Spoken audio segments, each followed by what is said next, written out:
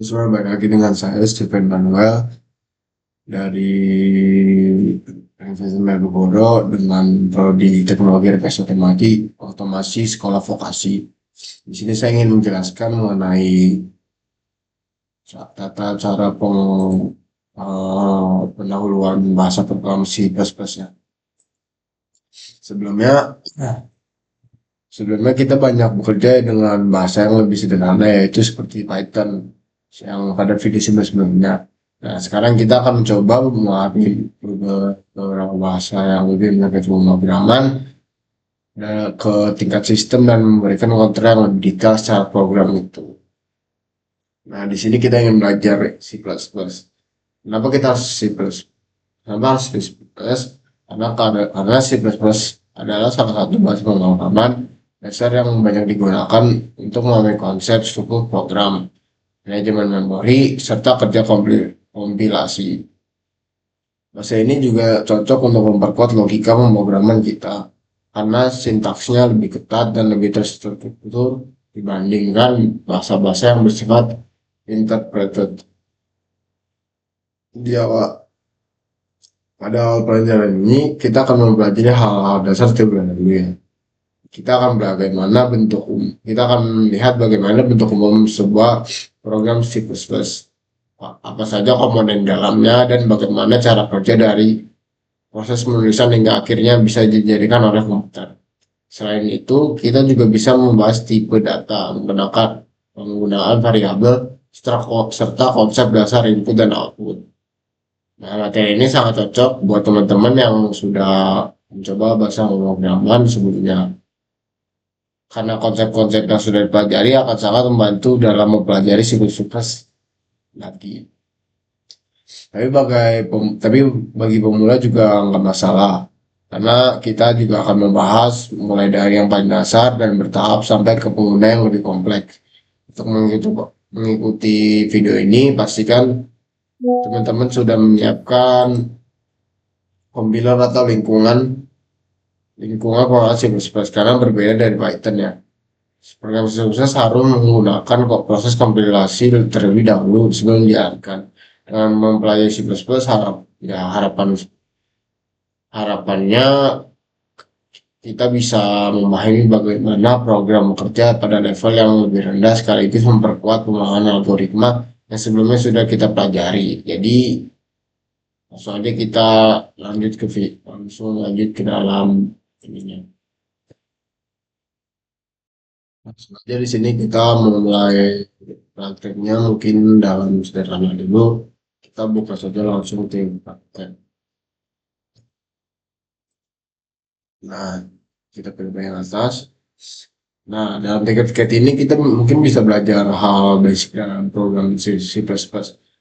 Langsung aja kita membuat tim template seperti itu.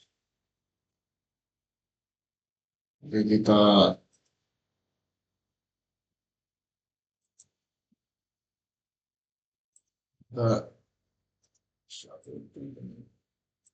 langsung bisa saja. Mungkin kita bisa login dengan email kita.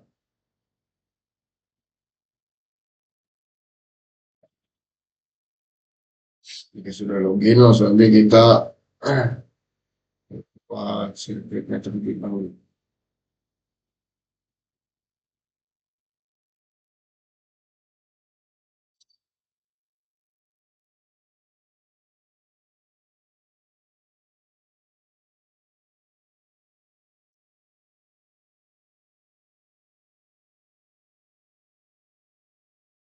Sini kita masukkan sirkuit yang seperti ini. Setelah itu kita gunakan background. Kita menggunakan nilai LED saja.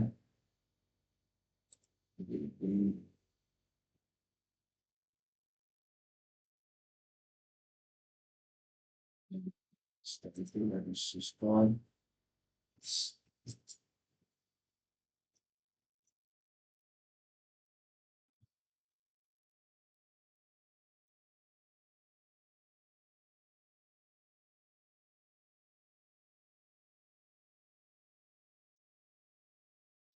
Nanti kita gunakan push button di sini, lalu kita gunakan itu saja dulu ya.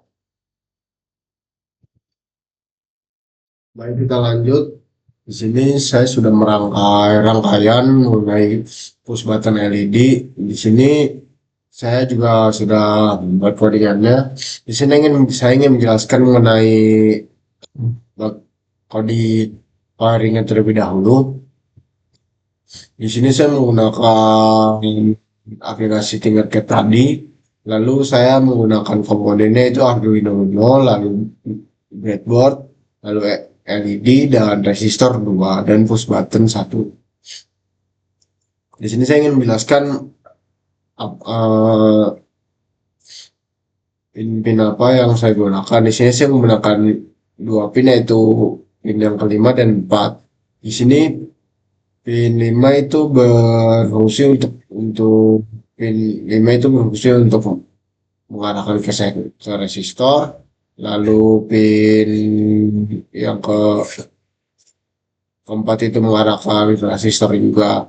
Nggak, tapi berbeda dengan resistor yang keempat, dia tersambung kepada anoda LED.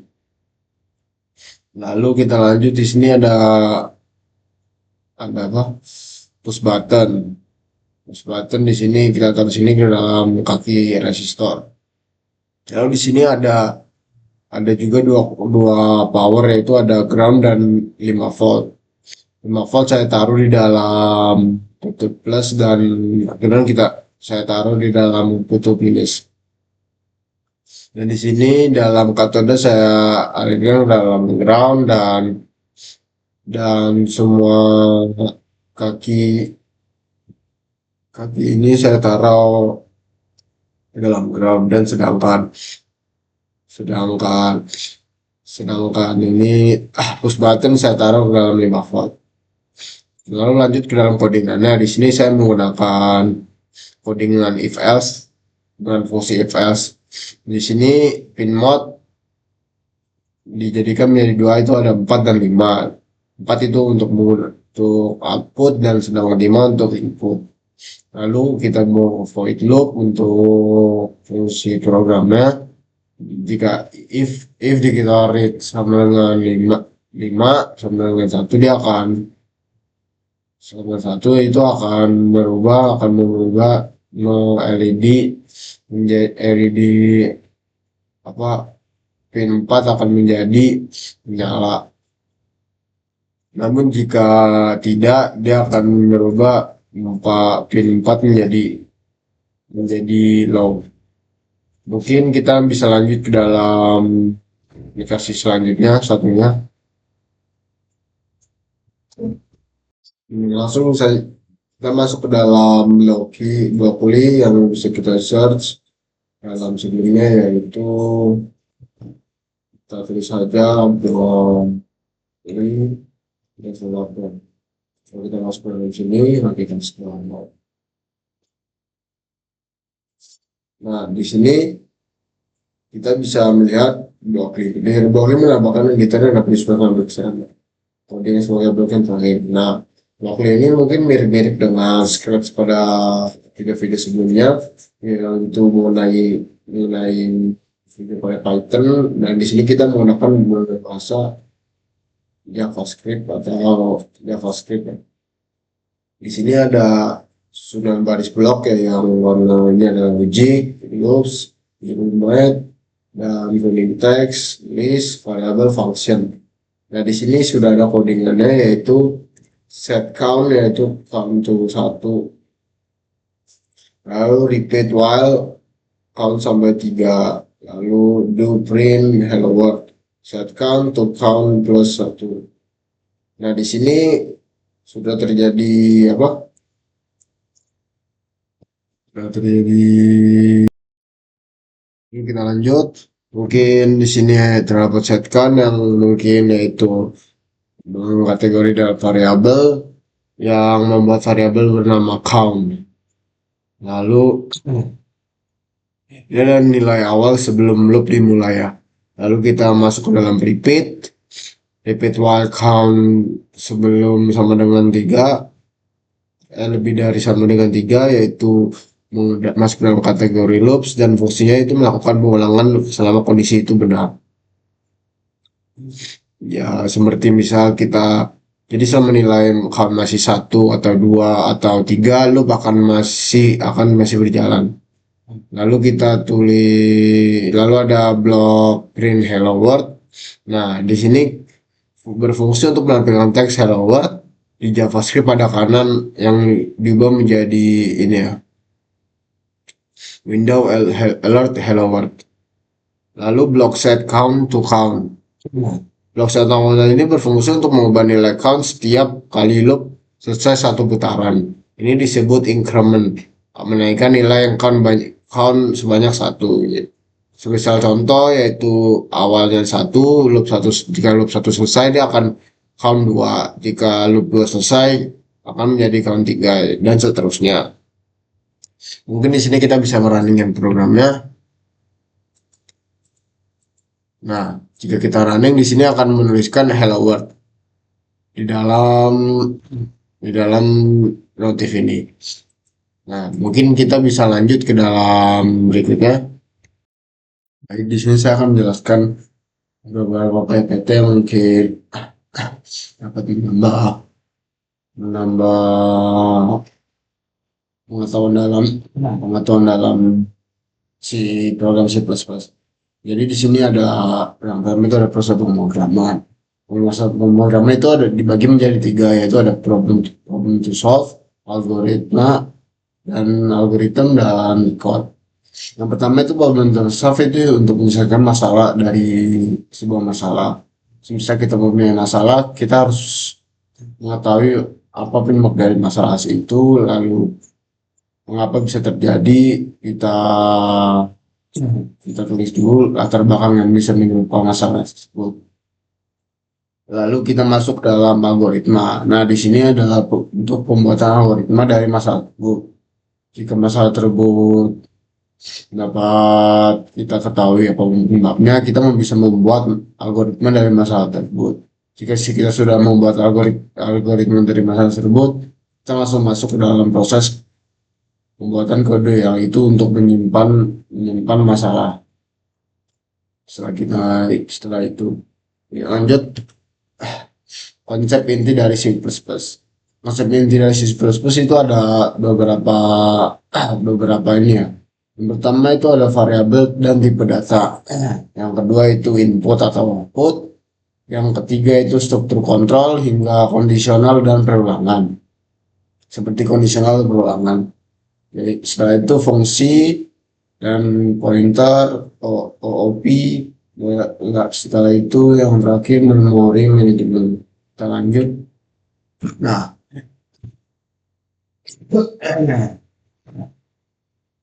di sini ada cara menulis kode yang rapi. Ya, ada beberapa cara, yaitu yang pertama itu gunakan nama variabel yang jelas. Nah, di sini kita harus juga menggunakan variabel yang jelas untuk menulis kode dengan rapi. Lalu menggunakan indentasi konsisten. Setelah itu hindari kode berulang seperti dry atau don't repeat yourself. Lalu pisahkan kode dalam fungsi. Setelah itu gunakan komentar seperlunya. Setelah itu gunakan const untuk nilai tetap. Setelah itu struktur folder yang rapi. Nah, di sini ada materi lanjutannya. Di sini ada OOP ya. Dari sebelumnya ada OOP konsep inti. Terus kita lanjut. Apa itu OOP? OOP adalah Object Oriented Programming. Adalah pendekatan programan yang menyusun ke dalam objek-objek yang memiliki data dan perilaku. Dengan konsep seperti encapsulation atau inheritance, polymorphism, dan abstraction. OOP membantu membuat program lebih terstruktur, mudah diperluas, dan lebih dekat dengan cara manusia memodelkan dunia nyata. Plus mendukung OOP secara penuh sehingga cocok digunakan untuk mengembangkan perangkat lunak berskala besar. Setelah itu kita lanjut ke dalam STL, yaitu Standard Template Library. Nah, di C++ yaitu adalah kumpulan struktur data yang algoritma yang siap pakai, yang sangat siap pakai, yang sangat efisien juga, lalu seperti vektor, map, dan fungsi sort. STL mempermudah pengembangan mengolah data tanpa harus menulis ulang struktur data dari nol, sehingga proses coding menjadi lebih cepat, aman, dan konsisten. Standar template library STL di C++ adalah kumpulan struktur data dan algoritma siap pakai yang sangat efisien, seperti vektor, map, dan fungsi sort. STL mempermudah pengembangan mengelola data tanpa harus menulis ulang struktur data dari nol, sehingga proses coding menjadi lebih cepat, aman, dan konsisten. Nah, kita lanjut ke dalam template. Template dalam C++ ini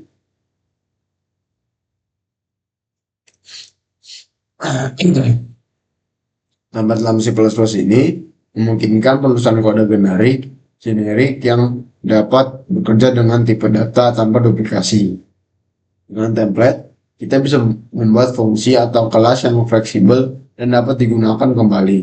STL sendiri dibangun sepenuhnya menggunakan template, sehingga sangat kuat dan dinamis. Nah, kita lanjut masuk ke dalam hard IoT dan hardware. Dalam konteks IoT dan hardware, C++ sering digunakan karena performanya yang tinggi dan kemampuannya berinteraksi langsung dengan perangkat.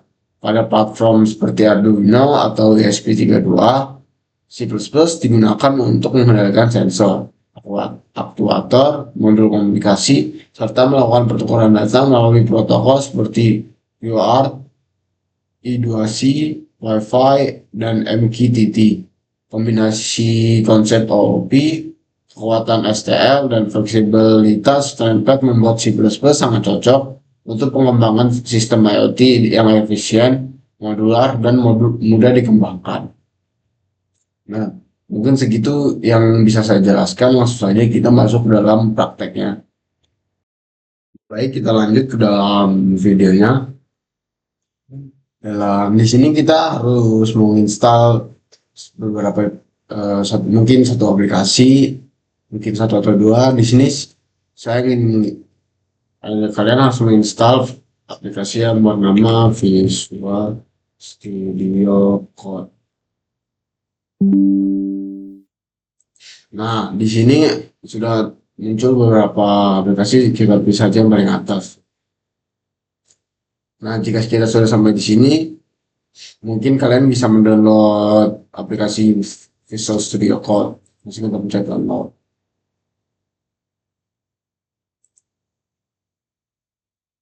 Nah, mungkin di sini sudah terdownload.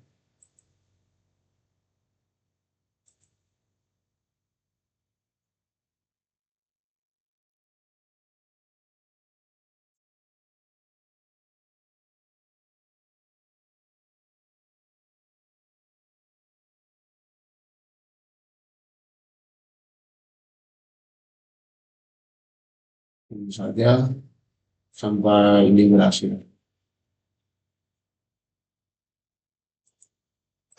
Jadi karena dikarenakan saya sudah mendownload Visual Studio Code juga, jika jika ini sudah selesai, kalian bisa melihat video saya sebelumnya mengenai cara penginstalan Visual Studio Code. Soalnya di sini kita masuk ke dalam Visual Studio Code.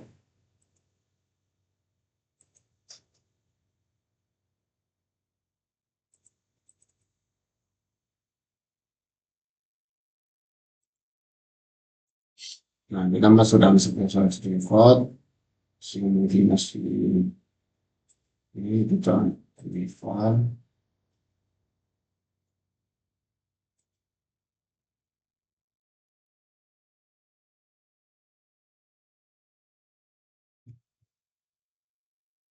Sini,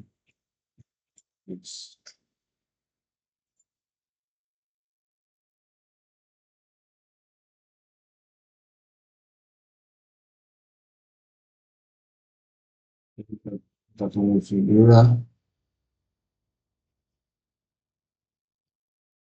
Nah, di sini kita ingin menginstal sebelum kita menggunakan bahasa C++, kita harus menginstal beberapa compiler untuk digunakan ya.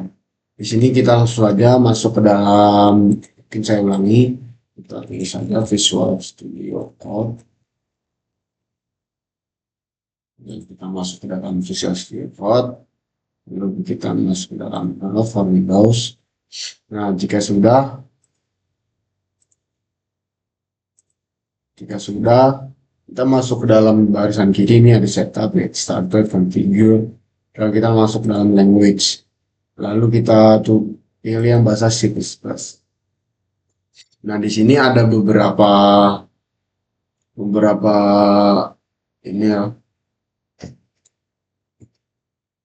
beberapa cara untuk menginstal compiler dalam C++. Kita ikuti saja. Yang pertama itu open Visual Studio Code. Lalu select extension view icon on the bar keyboard. Kita tulis aja VS Code lah. Tulis saudara shift X ya. Saudara shift X. Lalu kita tulis saja, kita tulis di sini search for C++. Nah, di sini akan paling atas. Setelah itu select install. Nah, kita tunggu sampai dia menginstal ini selesai.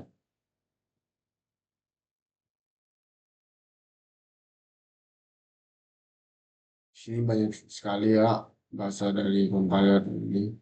Sebenarnya mungkin kita pilih yang paling atas saja. Kita tunggu sampai dia selesai menginstal.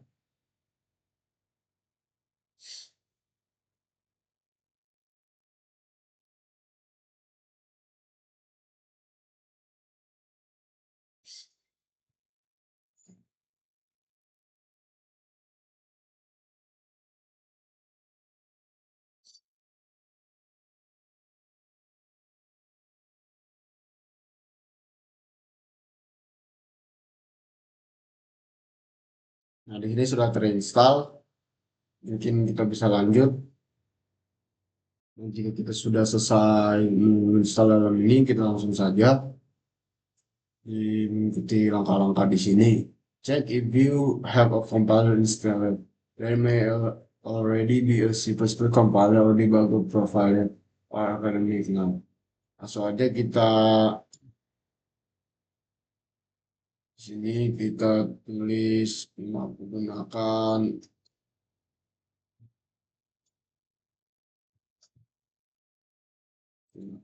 ini ya.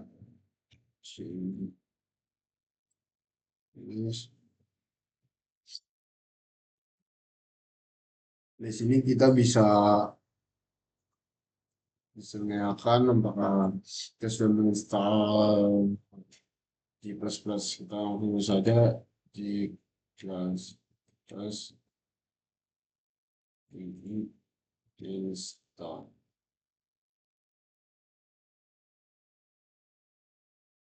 Dan kita menggunakan G++. Kita ini versi.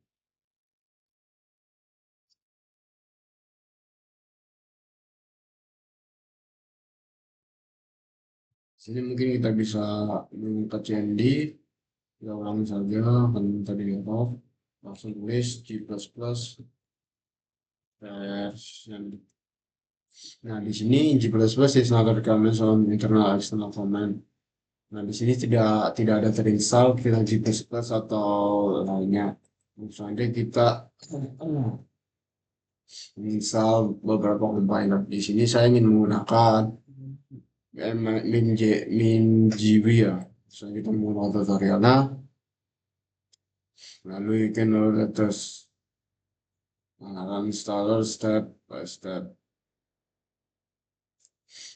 Di sini mungkin kita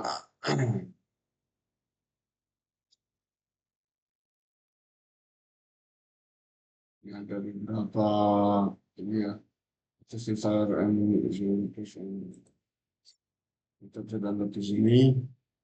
Dia akan langsung otomatis terdownload.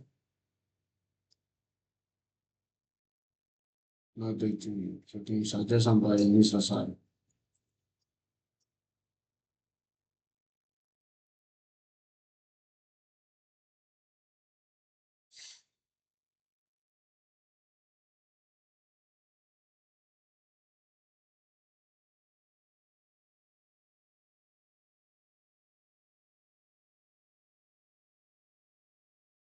Dan sampai ini selesai.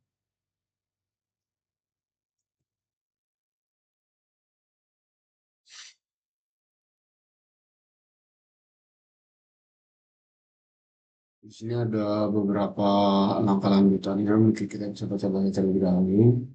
Masukin stiker di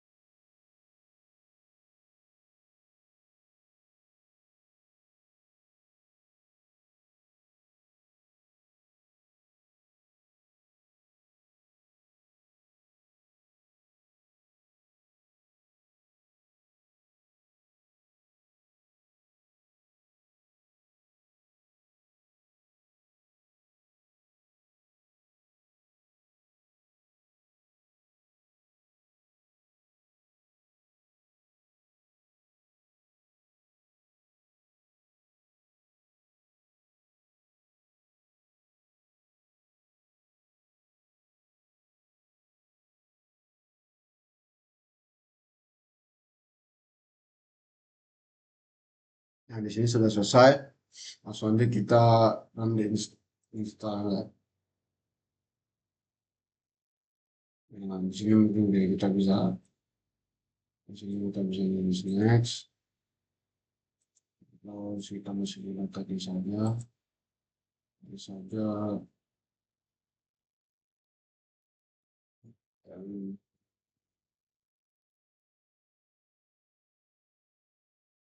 GW.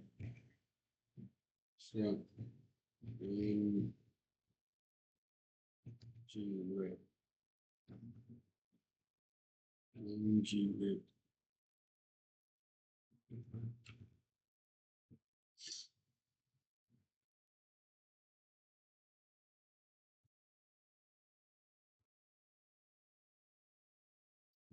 Itu saya sudah tulis next. Lalu di sini accessibility kita tulis itu.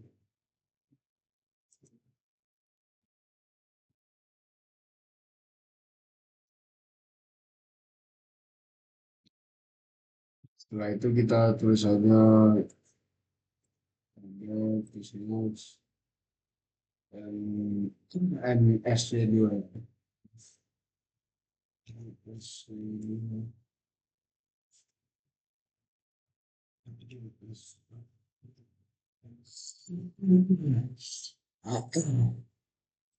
next, dan kita tunggu sampai ini selesai menginstal.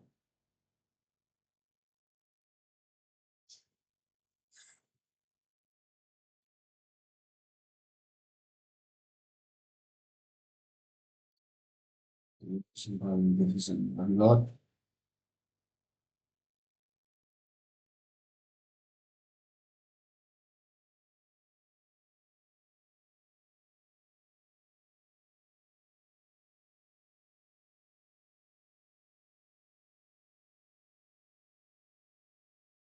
Setelah selesai, kita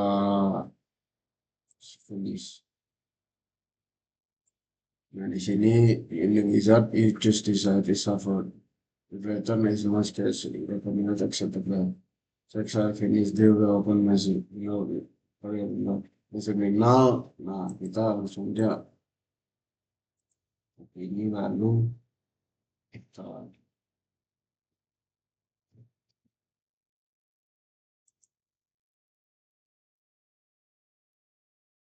kita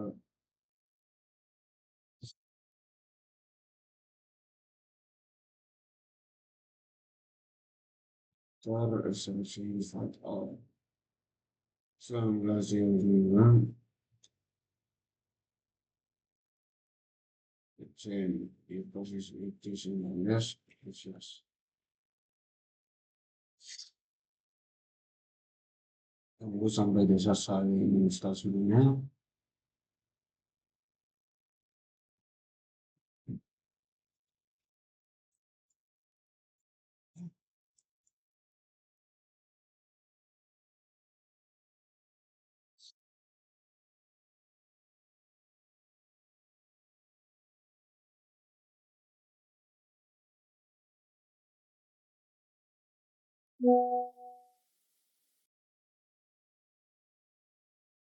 Saja sampai selesai.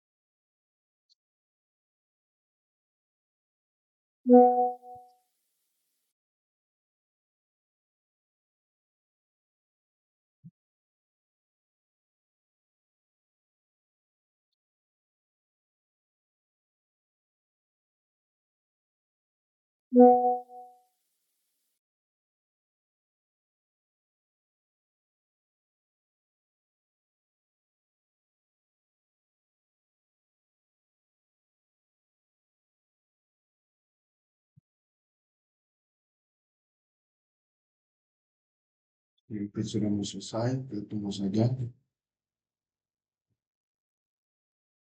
Total 35 dengan sudah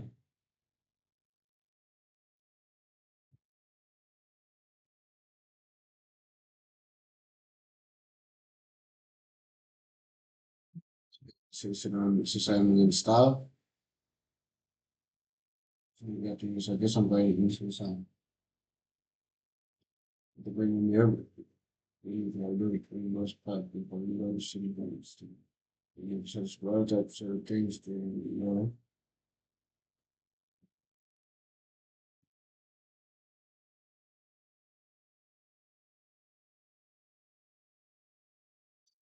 simply selesai.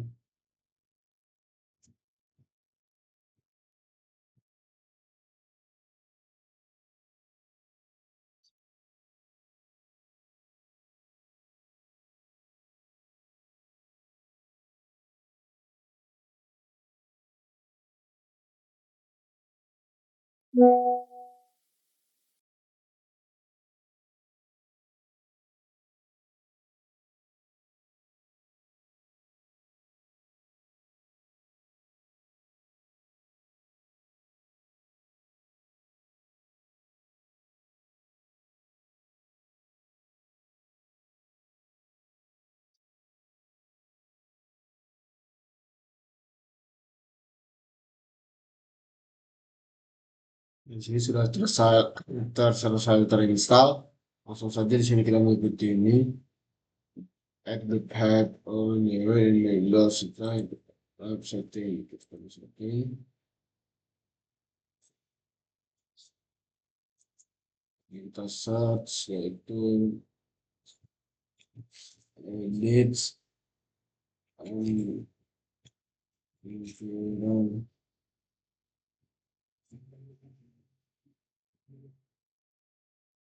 lihat akson ini. Setelah itu bisa variabel. Jadi di sini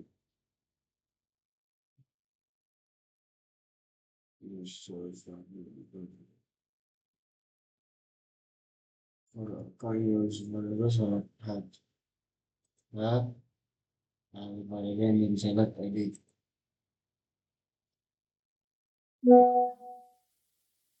lalu select ini, select ini, lalu add the missing folder ini installation process. Kita bisa mengecek karena dia itu di data D.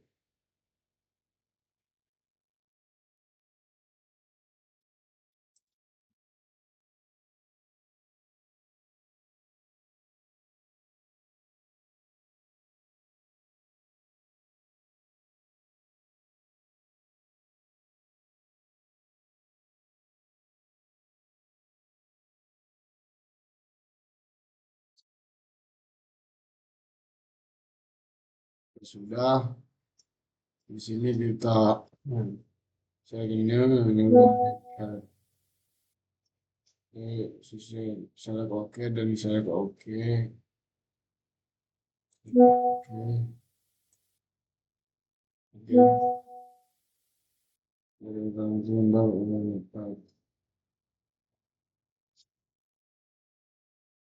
story open and advanced windows for updated pet environment. Nah, di sini bisa mengecek min GUI apakah terinstall. Jadi langsung aja kita gunakan cmd, lalu kita tulis G++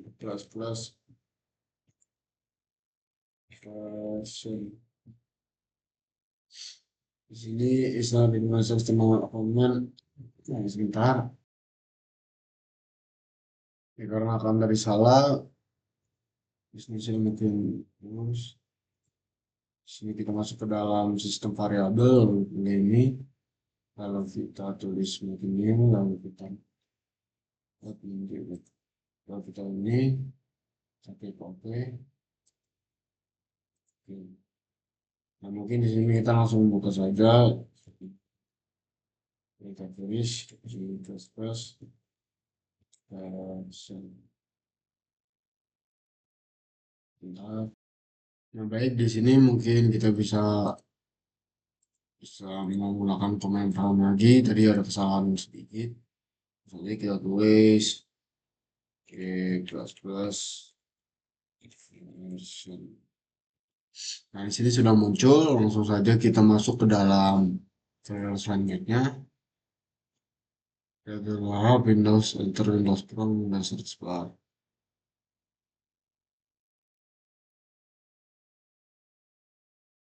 Ini sudah source file.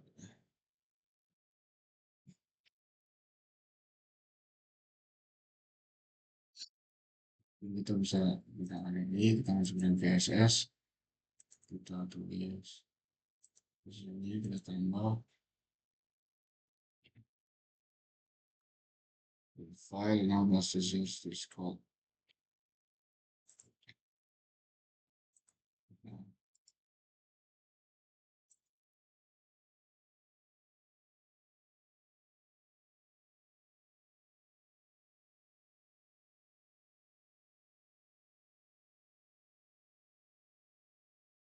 PP.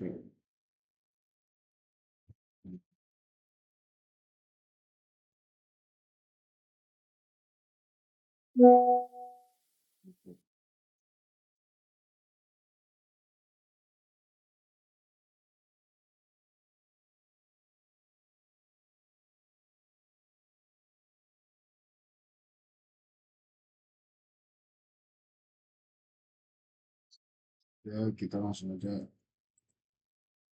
masuk ke ini. Nah, ini itu di sini. Setelah itu tamu itu juga bisa play.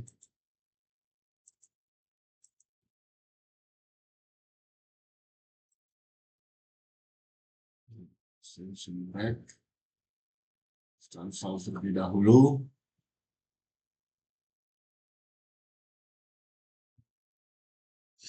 Ini sudah terinstall.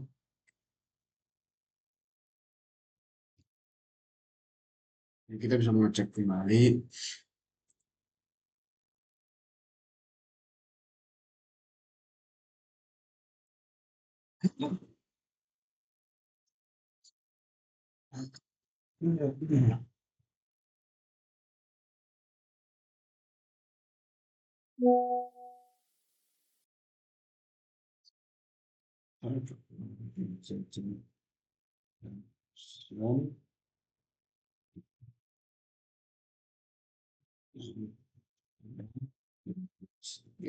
Plus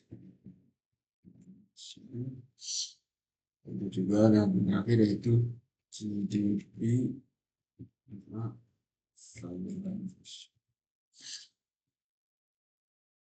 di sini sudah terinstall, langsung saja kita masuk ke dalam VS Code.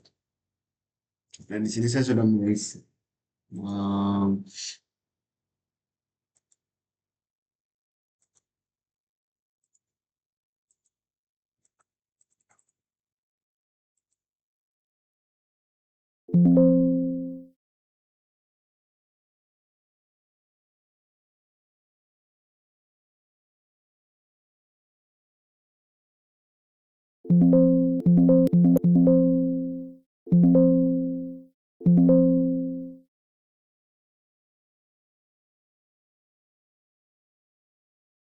saya sudah menyiapkan satu codingan untuk codingan biasa.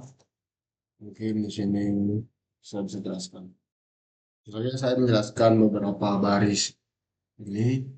Yang pertama itu adalah include IOStream atau include IOStream ini adalah preprocessor ya, yang preprocessor reaktif yang memberitahu compiler untuk menyertakan library IOStream.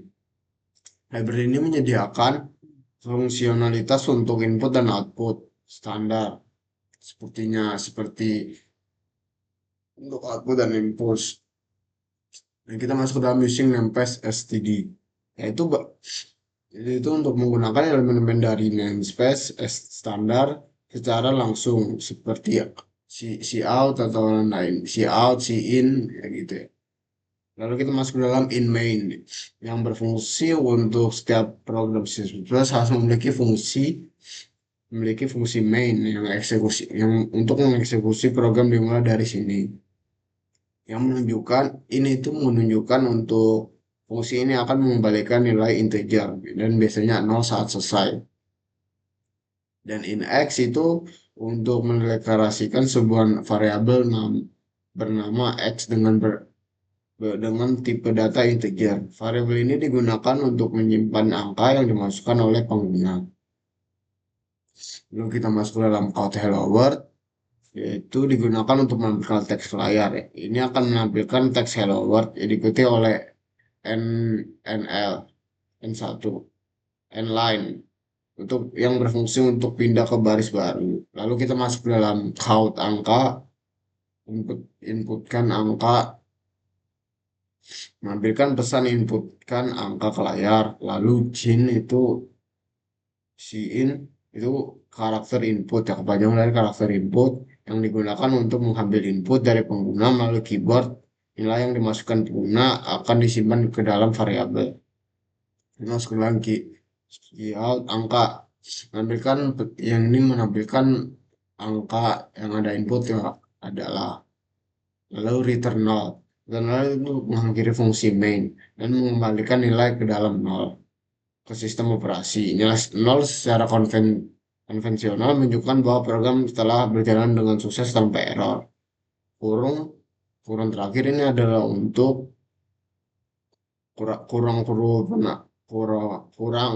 kurawal penutup yang menandai akhir dari fungsi. Mungkin kita bisa run saja langsung.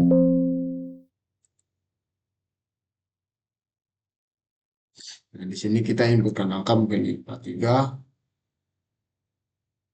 Nah, angka yang ada inputkan adalah 3. Dia akan langsung menghubungkan angka dengan 3. Nah, mungkin cukup sekian video yang bisa saya sampaikan pada video kali ini. Sampai jumpa dalam video berikutnya.